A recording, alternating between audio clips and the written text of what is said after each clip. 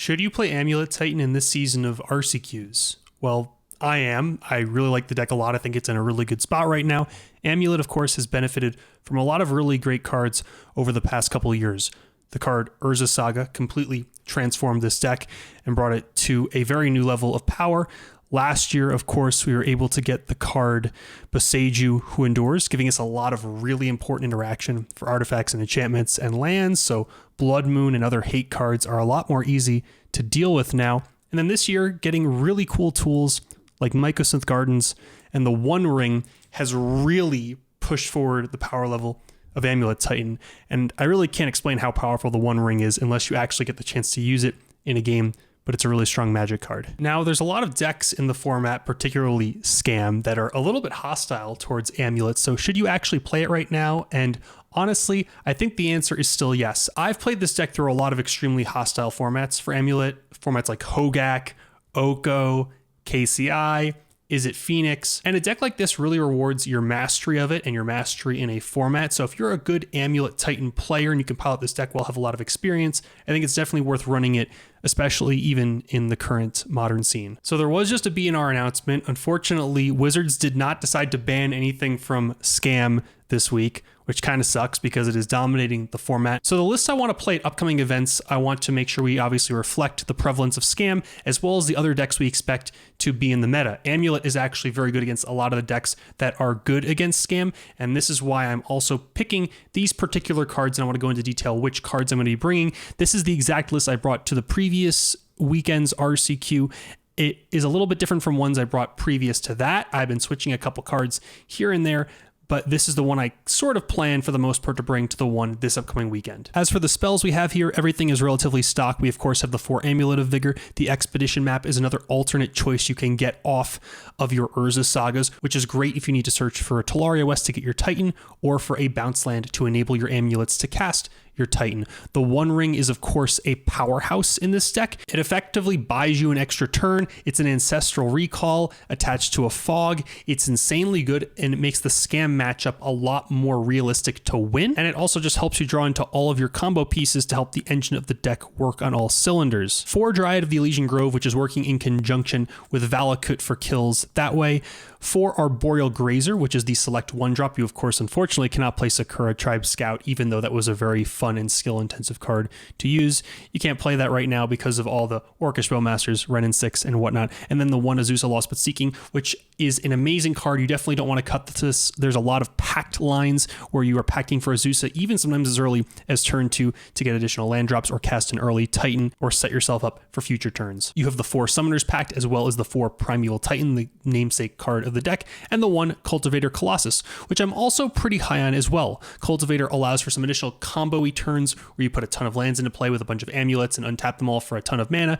It's really good if you're behind. It's also really good if you need to go off in a particular turn where you might not be able to do it with just the Titan by itself. So very, very powerful in Amulet. My land situation is a little bit different from the stock. We do, of course, have the 10 traditional bounce lands. The 4 Simics are pretty standard for all decks. And the other 5 green bounce lands kind of fulfill the role based on what your sideboard is looking like and what other colors you need to supplement that. I'm running a split of 2 Sanctuary, 1 Gruul Turf, and 2 Golgari Rotfarm. The Rotfarms are there to help pay for the additional cost sometimes for Dismember. The Selesnya Sanctuary a lot of times works in conjunction with Valakut, the Molten Pinnacle, in order to pay for Slayers as well as Sunhome effects. And the Gruul Turf is actually mostly here as an additional red source to help cast Kogla. We'll get into the sideboard in a second. Boros Garrison is our 10th bounce land, which is here for the combo with Slayer's Stronghold, and Vesuva is a pseudo 11th bounce land that we have in our deck. I'm also playing 2 copies of Crumbling Vestige that you might notice hiding over there. Crumbling Vestige almost acts as a bounce land 12 and 13, but the functionality and usefulness of this card is so important. I will never run less than 1 Crumbling Vestige after playing with this card, and I actually just bumped it up to 2 for this past tournament. I was playing 2 Cavern of Souls in my main deck prior to last weekend, but because there is a very low count of decks like Murktide and Dimir Control in my local meta, I have opted to cut it down to 1 to play a better land that is just universally stronger in a majority of other situations. It's difficult to describe all of the different ways that Crumbling Vestige is useful useful because it is so strong. It is a land that generates mana the turn you cast a Titan if you do not have an Amulet in play, and it's a mana of any color. It is a land that produces 2 mana with an Amulet that doesn't return a land to your hand, which comes up in a lot of lines with Dryad of the Elysian Grove. For example, something like turn 1 Forest Amulet, turn 2 Bounce Land Dryad and play like another land, maybe a Valakut, and then turn 3 you play your Bounce Land twice to cast a Titan, but you only have 2 lands in play and you need to go for a kill. When the Titan fetches up 2 lands, you can get a Crumbling Vestige and a Slayer's Stronghold to bump your land count up to 4 lands and still activate the Slayers with the Crumbling Vestige off the Dryad's mana fixing, and then Titan can swing and get 2 more lands to Valakut shoot your opponent for lethal. That is just one of many lines that are enabled by Crumbling Vestige. It also allows you to do things like playing Urza Saga turn 1 with an Amulet of Vigor, and then turn 2 you can Crumbling Vestige and make an Urza Saga token without returning a land to your hand. Lots of lines that go turn 3 One Ring require a bounce land, but Crumbling Vestige also enables it again without returning a land to your hand, and it is actually very important to keep your land count high in order to pay on critical turns for things like Summoner's Pact, as well as have enough lands for Valakut triggers. So while Crumbling Vestige is a very unassuming land at a glance, I guarantee even trying just one of it in your deck, you'll be very grateful at the amount of new lines this card opens up for you. Continuing on, we of course have 4 Urza Saga, which is one of the most important cards for the deck, basically giving you a virtual 8 copies of Amulet of Vigor, and Mycosynth Gardens, a new card coming out this year that bumps your Amulet count almost effectively up to 10, as Gardens can copy Amulet. Notably, this card, of course, most of the time is being used to copy Amulet of Vigor, but also can add 1 mana of any color to your mana pool, which I've done sometimes on like turn 2 to cast a Grazer with like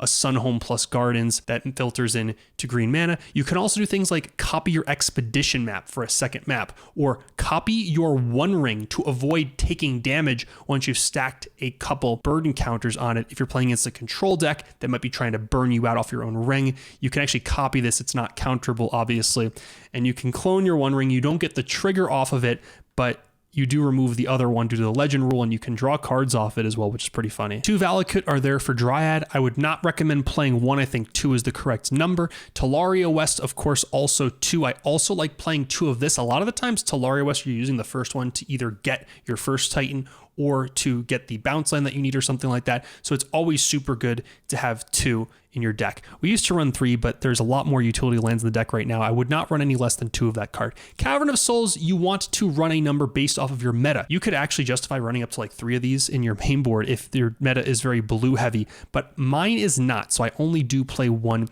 in my version of the deck. Sunhome and Slayers of the combo package. 4 basic forest is so important for a meta that is so heavy on Blood Moon. Murktide is playing Blood Moon. Rhinos a lot of the time plays Blood Moon.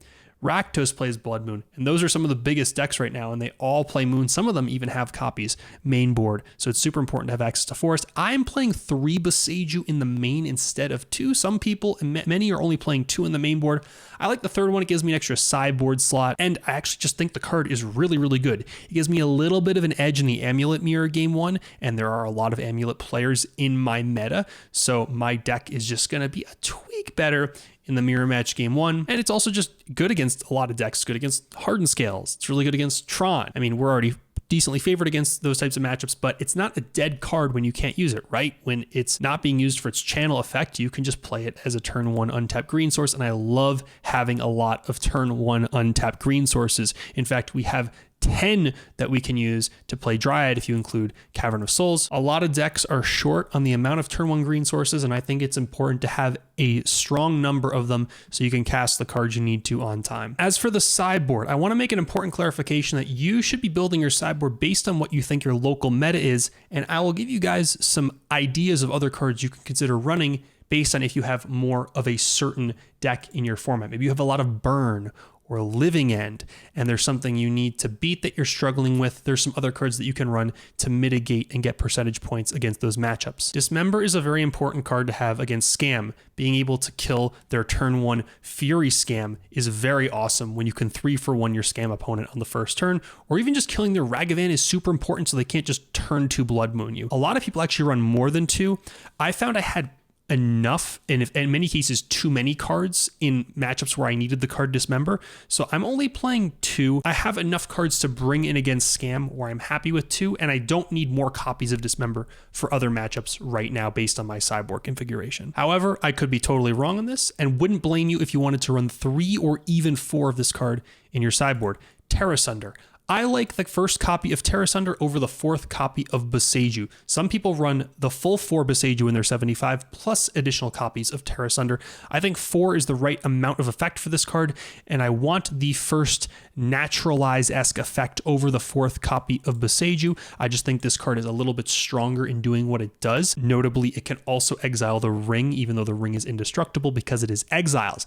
It also exiles annoying things like Cauldria's Compliant, which is a very frustrating card to deal with against Hammer. And it doesn't give your opponent a land. It's just a much better Boseiju that can't hit Tron lands, but the matchup is already very good against Tron, even with only 3 Boseiju in the deck. And you also bring this card in against all the obvious matchups. You still bring it in against Tron to hit all the artifacts from Baby Karn. You still bring it in against stuff like Hardened Scales. You have to bring it in against Murktide for Blood Moon, and so on and so forth. Kolgla and Yadaru. So we have Terra Sunder, and I mentioned we have 4 of this type of effect, this naturalized type effect, but we actually guess we really have 5. Kolgla and Yadaru is like a bad naturalized effect stapled onto a creature.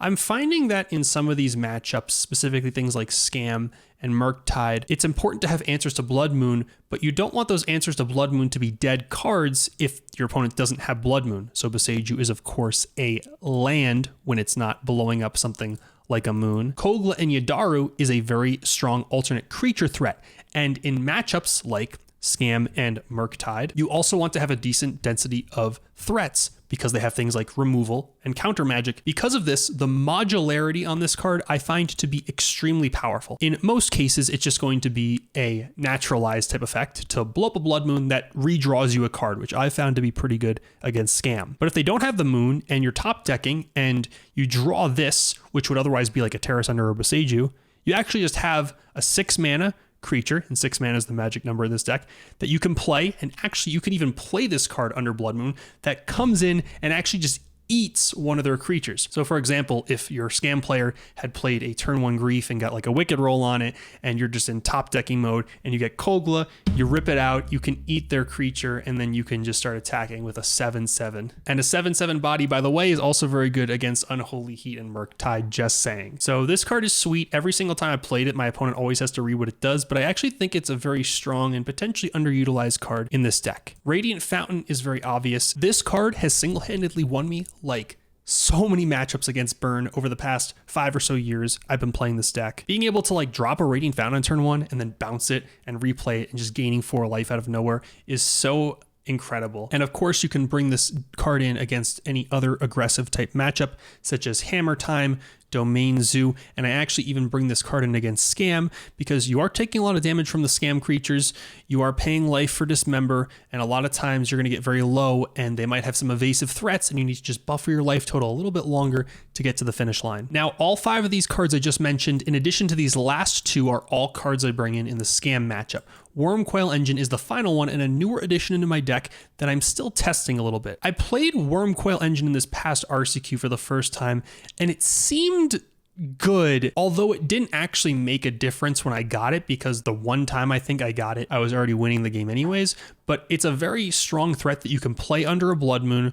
If they terminate it, you get 2 bodies back. The lifelink is super clutch. Again, your life total will get a lot lower than you think it will against the Scam matchup. And just the sizing and abilities are very strong, packed into a creature that you can play under Blood Moon. So in theory, it's a very sick top deck that you can play against Scam. I'm not going to go into how I sideboard for every single matchup specifically here because it would take too much time, but just so you guys know, for Scam, because it's so popular right now, these are the 7 cards I bring in that matchup. And against Scam, I take out the one-ofs from the spell slot. So I take out Expedition Map, Azusa, and Cultivator Colossus, and then 4 lands of your choice. The lands I've been going with for taking out are the 2 Mycosynth Gardens, the 1 Cavern of Souls, and actually the 1 Sunhome Fortress of the Legion. You can mix and match which lands you're choosing to cut.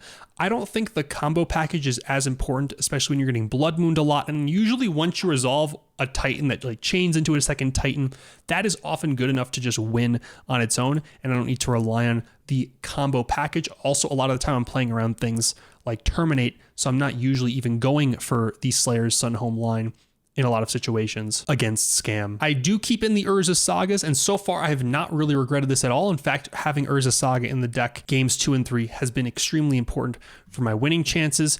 Urza Saga on the play, of course, is always going to be Blood Moon, and even if you're on the draw against Scam, a lot of times they just don't have the Blood Moon, because unlike Murktide, they're not preordaining and considering until they get to draw one. They don't have as much card selection, and they don't always hit their 3rd land drop on time either. A lot of times they're pitching a card and rebounding their creature, and they're using a lot of cards just to get this combo. They're mulliganing for a hand that can turn 1 scam you, and they don't always hit their land drop on turn 3, and they don't always Blood Moon you. And even if they do, you just kind of have to, I think, play to your best draws against a deck like Scam. And Urza Saga is an Amulet of Vigor that they cannot Thoughtseize from your hand. So I highly recommend keeping in the Sagas if you've been cutting those in that matchup. These are also all cards I bring in against Murktide. And in addition to these cards, I'm also bringing in a Cavern and 2 Endurances as well. So Endurance is a great card against Murktide. It is a threat with flash that you can cast during their turn to pressure their counter magic. It oftentimes can just deal with their Dragon Rage Channelers by exiling their graveyard and then, of course, blocking the Channeler after it's a 1/1. It can preemptively try to mitigate them playing Murktide Regent by exiling their graveyard. It is a good body against Ragavan. It's just a very good card and annoying card to deal with against Murktide, and one of the best reasons to play this right now. It also randomly happens to be good against decks like Living End. And I don't think Living End is super heavily played right now, although I am respecting it. It is not as big, I think, specifically because of Rakdos. Having a card mainboard like Dorothy Voidwalker in the most played deck right now is not good news for Living End, but you can see we still have the Bojuka Bog and the Tormod's Crypt in this deck to completely respect that deck, because it is still challenging for us to beat. I think it's one of our harder matchups, and there are a few people who play it in my local meta. I like having the split of different ways we can interact with the graveyard, especially against a deck like Living End. So we have the Endurance, which is a threat that, of course, you can naturally draw, but you tutor with Summoner's Pact. Tormod's Crypt, which is something you can hit off of your Urza's Saga, and Bojuka Bog you can get off of Talaria West, or you can get it with your Titan, or so on and so forth. So there's a lot of different tutorable and different ways you can tutor these different types of graveyard interactions up from your deck against a deck like Living End. Bojuka Bog, again, also actually very good against Murktide. Preemptively dealing with the graveyard, shutting off Delirium is very powerful for things like Unholy Heat and Dragon Rage Channeler, and there are probably some other off-meta decks you can play Bog against as well, but those are the primary ones that I'm using it for. Tormod's Crypt, again, is specifically for the deck Living End. I don't think Bog or Crypt or even Endurance is good enough against Yawgmoth. In fact, against a deck like Yawgmoth, I think you actually want to sideboard as minimally as possible and really just try to be faster than them, which is what your deck does best, is play the aggressor in that role and just try to get a faster combo kill than they can, even through their interaction. The sideboard also has a 1 of Cavern of Souls. I moved this to the sideboard a couple weeks ago because we don't have a lot of blue counter magic decks in our meta. I was playing 2 in the main board, and I was actually playing a Pact of Negation in the sideboard. I will go over some other cards to consider for the sideboard in a second, but I chopped a couple other things too for the Wormcoil Engines, and we're now playing the second Cavern in the sideboard. Very good against Murktide, very good against Dimir Control, and any other blue deck that you expect to have counter magic.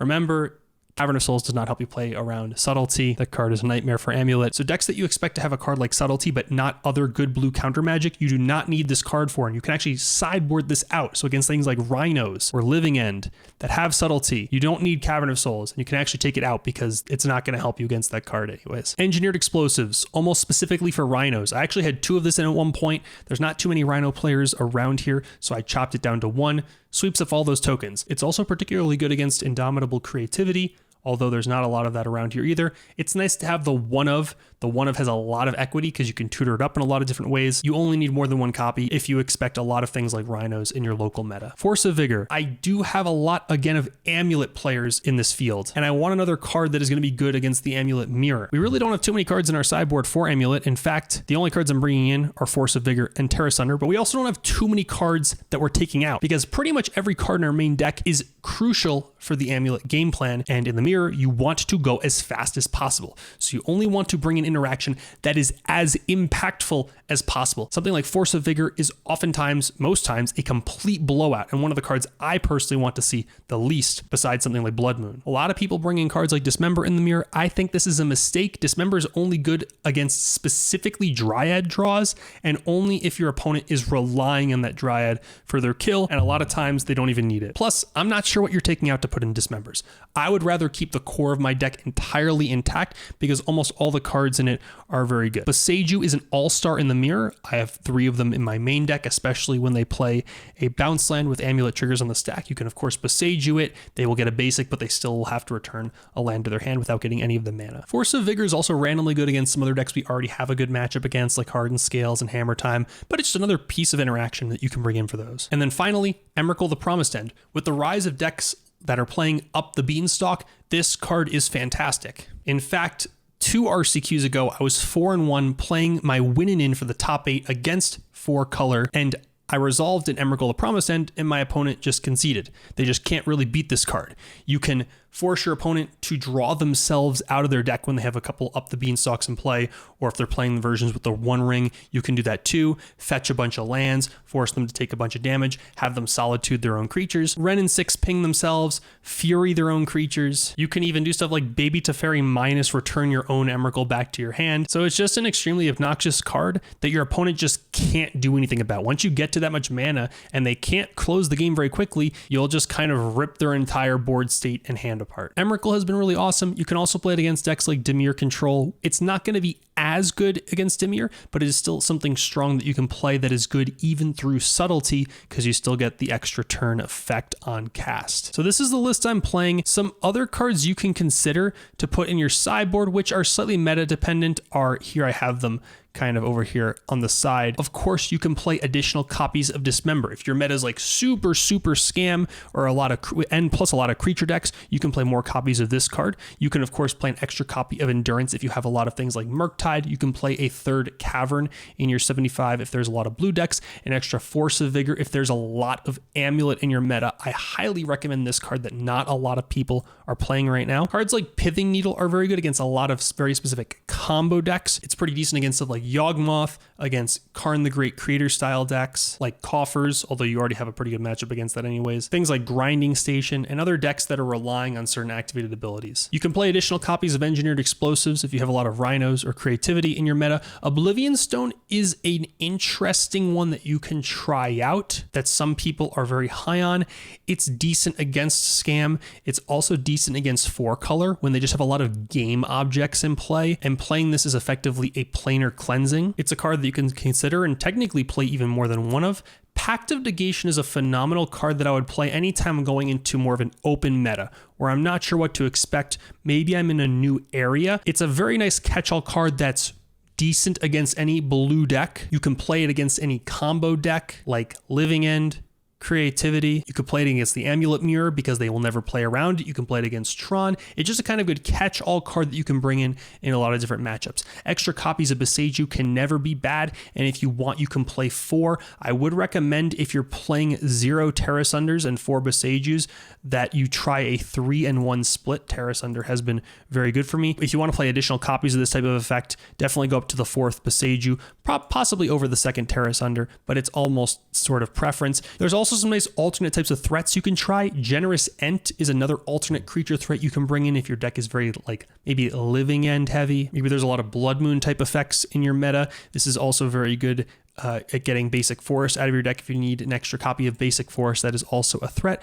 Dragonlord, Dromoka, and Hydroid Krasis are alternate options you can try against blue decks. So if you have a lot of Murktide in your format or a lot of Dimir Control, these are nice alternate options to help force creatures through and force threats onto the board. My overall record with this deck across 4 RCQs is 16, 9, and 1. So pretty well above average, and I have made it to the quarterfinals once so far. And although a few of my losses were definitely just because I played Amulet and it was a tough matchup for me to beat, like against a lot of scam decks. I do think there were a few of my losses that were just a result of me making a couple poor decisions. And that's a good thing, because I don't think this is a bad deck choice. I think this is a great choice. You're going to get very well rewarded if you're a type player who knows the lines and who's fluent with this type of a deck. So definitely consider Amulet Titan for your upcoming RCQ. If you enjoyed the video, consider subscribing here on YouTube. And I do have some other Magic the Gathering type videos like this one that's on the screen. So thanks for coming, and I'll see you next time. Bye-bye, everyone. Wish me luck in the RCQ this weekend. Take care.